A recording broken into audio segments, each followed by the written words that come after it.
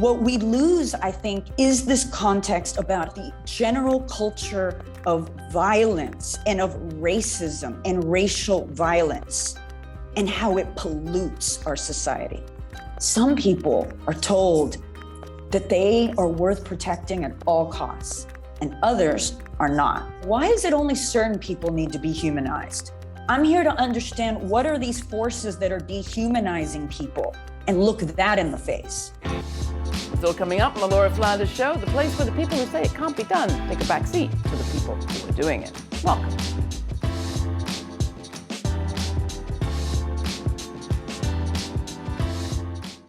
Whether it's Buffalo, New York, or Uvalde, Texas, or Philadelphia, Pennsylvania, we are witnessing a wave of mass shootings. But all mass shootings are not covered the same.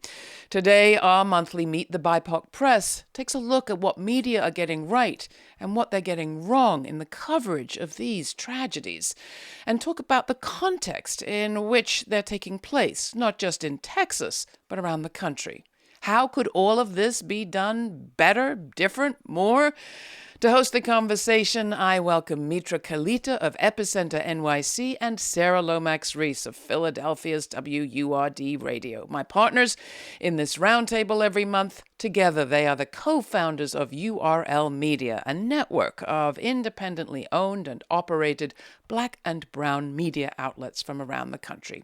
Joining them is returning guest Michelle García. She recently wrote a searing article for Palabra about what she was seeing in Uvalde. She's also working on a nonfiction book about her experiences at the border for Viking Books.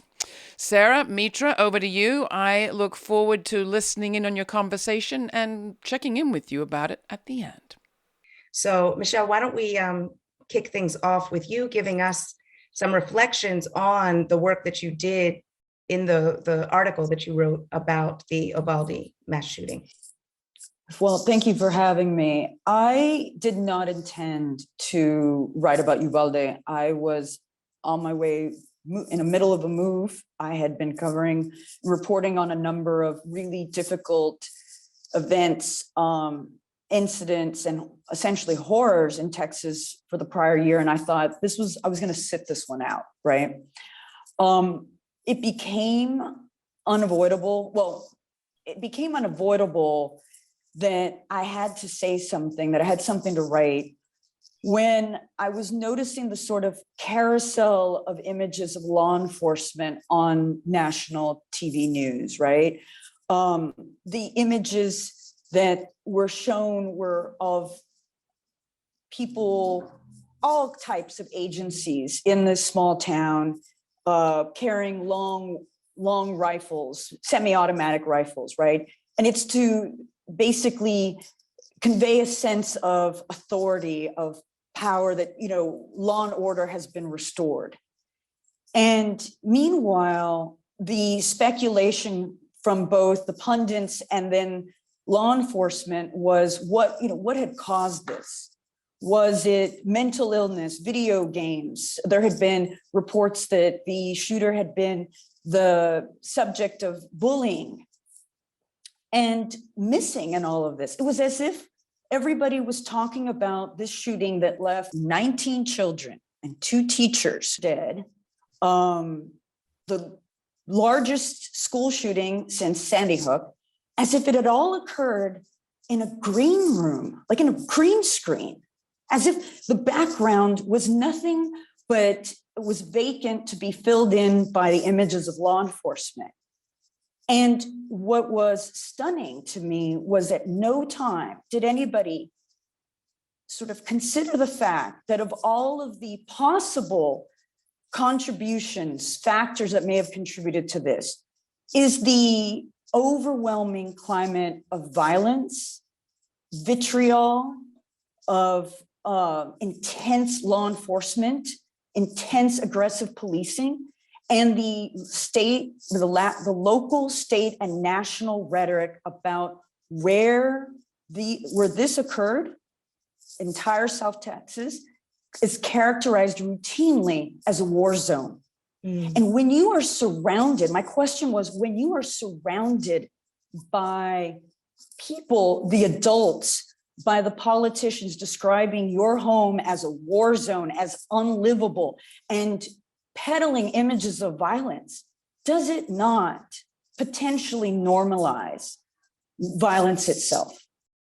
You know, Michelle, it's interesting because obviously in Philadelphia, we had a mass shooting on June 4th, and in one of the most, one of the hot spots, the social hot spot, South Street in Philadelphia, and 11 people were shot, 3 people were killed in that.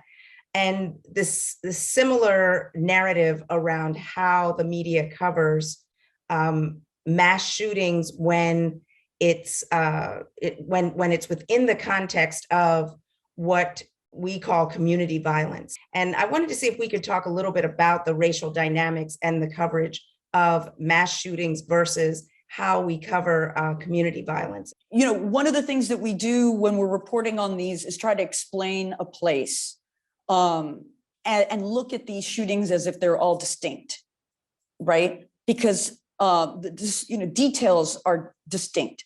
And I went to, as I was writing my piece for URL Media, to the report from the 1960s, the National Commission on the Causes of Violence, that sought to explain the outbreak of what was described as riots. And you look at cities across the country, and it says one of the causes, one of the ways in which the respect for law is lost is when you have an over-sanctioning of a community, where you are just hammering people for everything. And you are seeing that the law is not applied equally to everybody. Now, I'm not here to explain other places necessarily, but what we lose, I think, in this context is, in the discussion of these shootings, is this context about how we as a nation create conditions from this sort of glorification of men with guns that actually potentially backfires and erodes a sense of respect for law. And in the case of Uvalde, for example, you see where law enforcement has created new laws. The state of Texas created new laws. The state of Texas colludes with ranchers to take in migrants and charge them with criminal trespass. And they created an entire parallel criminal justice system. What is that telling us about the rule of law, about respect for law? You look at Buffalo, for example, and the great, the motivation, the cause as being the great replacement theory, that racist theory that was also inspired El Paso, that was also inspired some of the people who arrived in Washington for January 6th. I think what we lose are these connections. You look at Buffalo, you look at El Paso, and then you look at, for example, Texas, which had the largest number of people that were at the insurrection on January 6th. And of all of the people from Texas, the largest number of people came from Collin County. That's where the shooter in El Paso came from. So we lose this context, I think, is very important about the general culture of violence and of racism and racial violence and how it pollutes our society. I want to use some of your own words, Michelle, on what you're describing, which is the acceptance of terminology and the perpetuating of it. I think we can say that about January 6th. I think we can certainly bring that back to Texas. But you mentioned replacement theory as a part of the Buffalo shooters' ideology. The Proud Boys, who've even more as a result of these commission hearings come to the fore, espoused what's known as Western chauvinism. And so I've seen the word Western chauvinism in stories about the commission hearings and the Proud Boys. And yet, to Sara's point, the absence of race is really stark, even though a phrase like Western chauvinism is one of the most loaded racist phrases I can think of, right? And so even in the coverage we're seeing right now, there's been this creation of the conditions you're describing and an acceptance of them as the way this country is, Where if you're like the three of us and you're reading this and you just, I read that and I think, are they coming for us? And of course the answer is yes, right? And so I have to ask you, just back on this issue of a Latino shooter taking action against his own people. Is that an act of self-hatred under the conditions that you're describing? You know, I can't speculate as to what was going on. I think with him, and we don't know enough about what his own interior landscape. What I sought to do with the piece is to characterize the exterior landscape that should call into question, what if you were in the middle of this? What if you were in the middle of, let's just look at the past year. What if you were in the middle of, your mayor is going on Fox News and talking about invasions and the border being wide open, and your congressman is saying that it's hell to live where you live, and 40 miles down the road, you have white ranchers who are colluding with state law enforcement to create a parallel criminal justice system in which brown and black men are photographed in these dehumanizing positions and then put into prisons, not county jail, prison, where they are then subjected to inhumane conditions, according to a number of complaints that have been filed with the federal government. What if you see your governor going just a few miles away and unfurling razor wire on the border? What if you see children?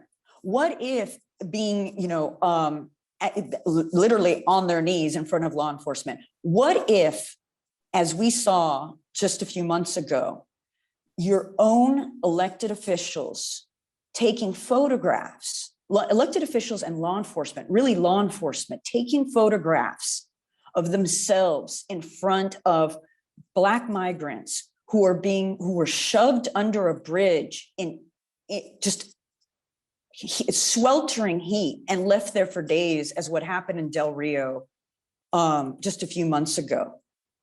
And those photographs circulate as if this is some sort of trophy. I mean, imagine anywhere else in this country where that would happen and people would not be enraged of having those images circulated. Here, let me show you what we've done to people, children, women, pregnant women. We've put them under a bridge when it's 90 degrees out. Now, that was the external landscape that was occurring right before this massacre occurred.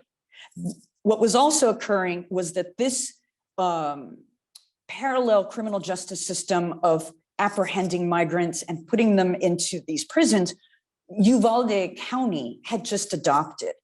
And then you add to that Uvalde County, like a lot of South Texas, is minority rule, meaning you have a majority, 80% Latino, and yet the county judge white, the superintendent's white, the mayor's white, and you have to ask yourself, it's not like Latinos don't vote for white people, and it's not like white people can't represent Latinos, but there is a history there that cannot be overlooked. And you couple that with the rhetoric and the policy.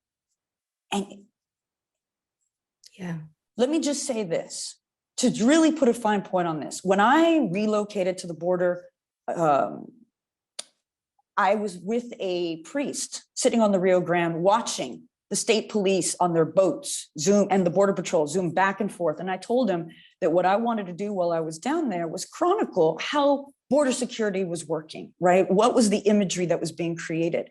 And the priest looks me in the eye and he says very gently, he said, don't let them turn you mean.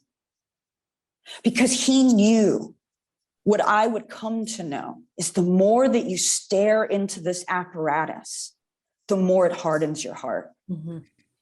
You know, Michelle, I think that there's so many parallels to what you just described about the border and Uvalde and what we see in Philadelphia with the Black community that has been, Philadelphia is the poorest big city in the country, and there is such deep poverty, and the education system, healthcare, housing, food insecurity, all of these markers that they now call the social determinants of health are like in shambles and are disproportionately impacting Black Philadelphians in horrific ways.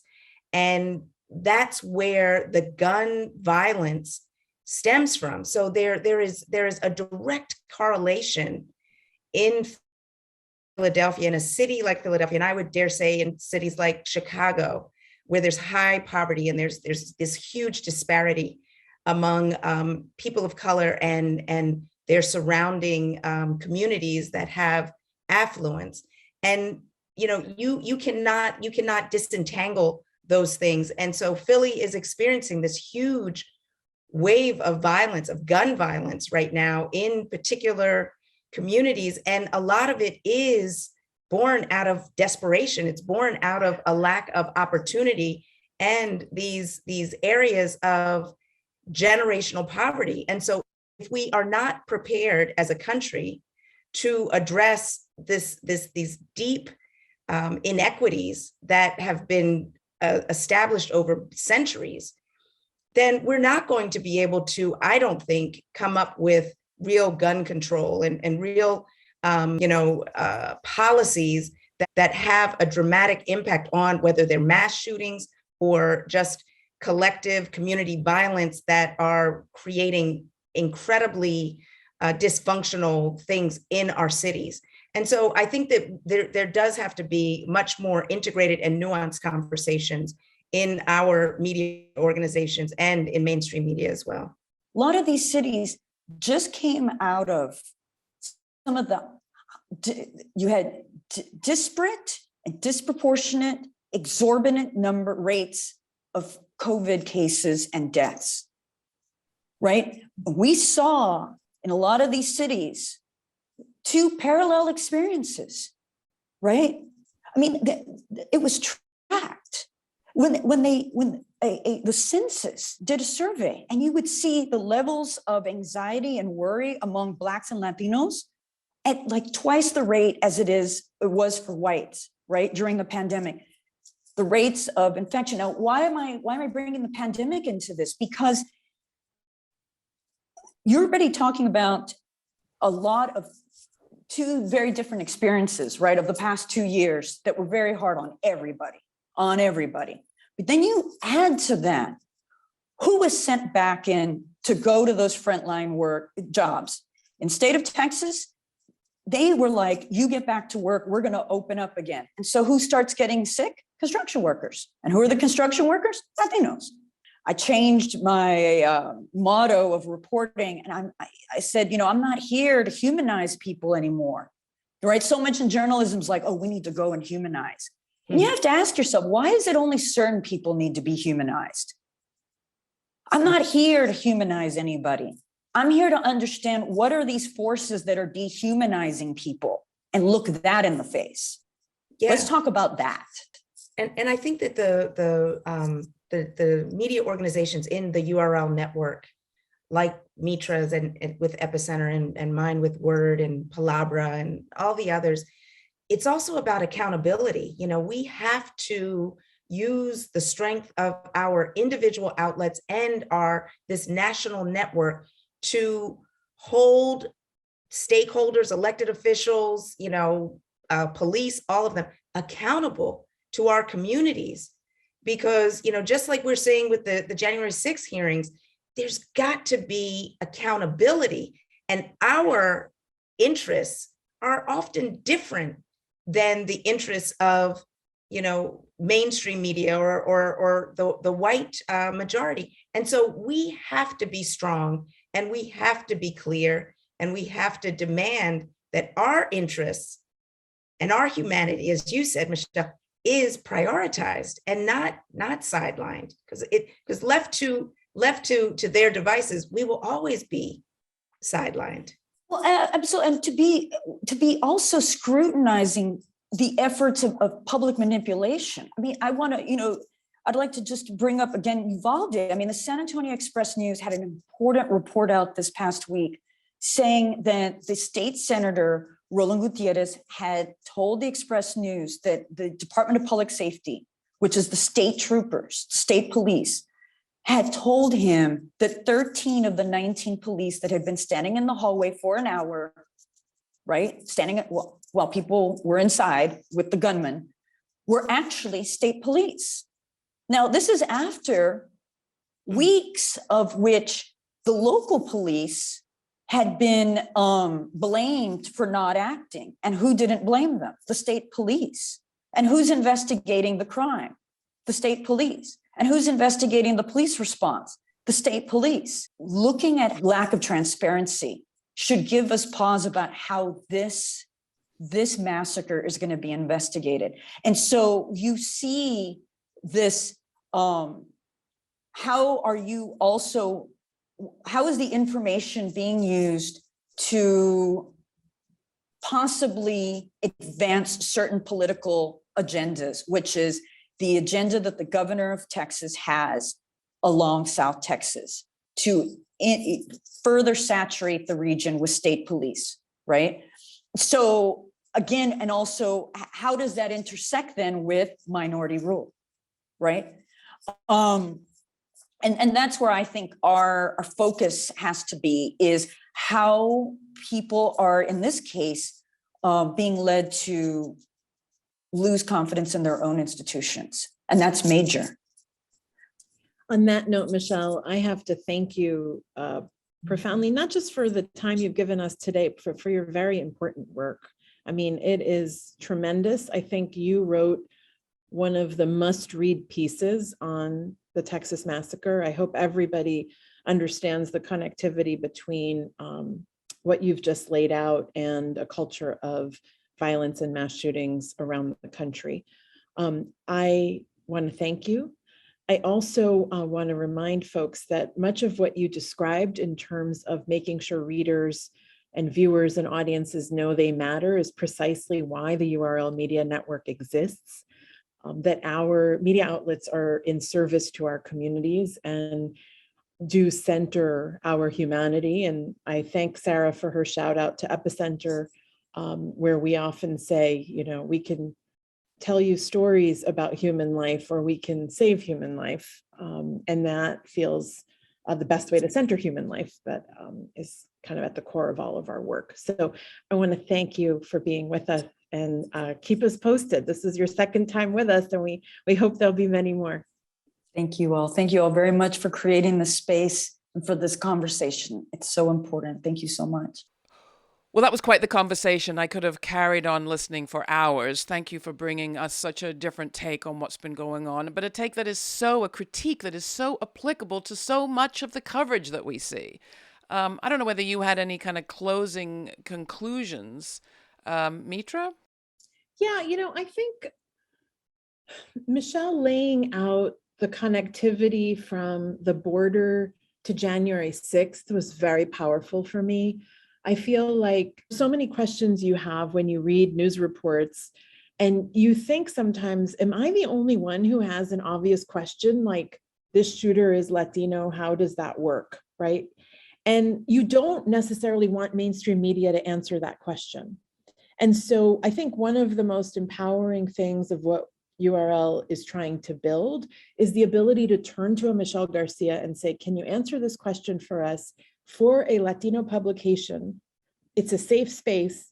Can we then amplify that so the rest of the world understands this? And I think, Laura, what we've just heard for me was very redeeming in terms of how we work and your role in amplifying a story that is so intimate, but of course has global implications.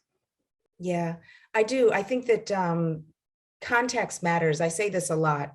And I think that the conversation with Michelle and what Mitra just said, it just underscores the importance of being able to have conversations that are culturally specific and culturally relevant amongst the communities that you are serving and that are directly impacted.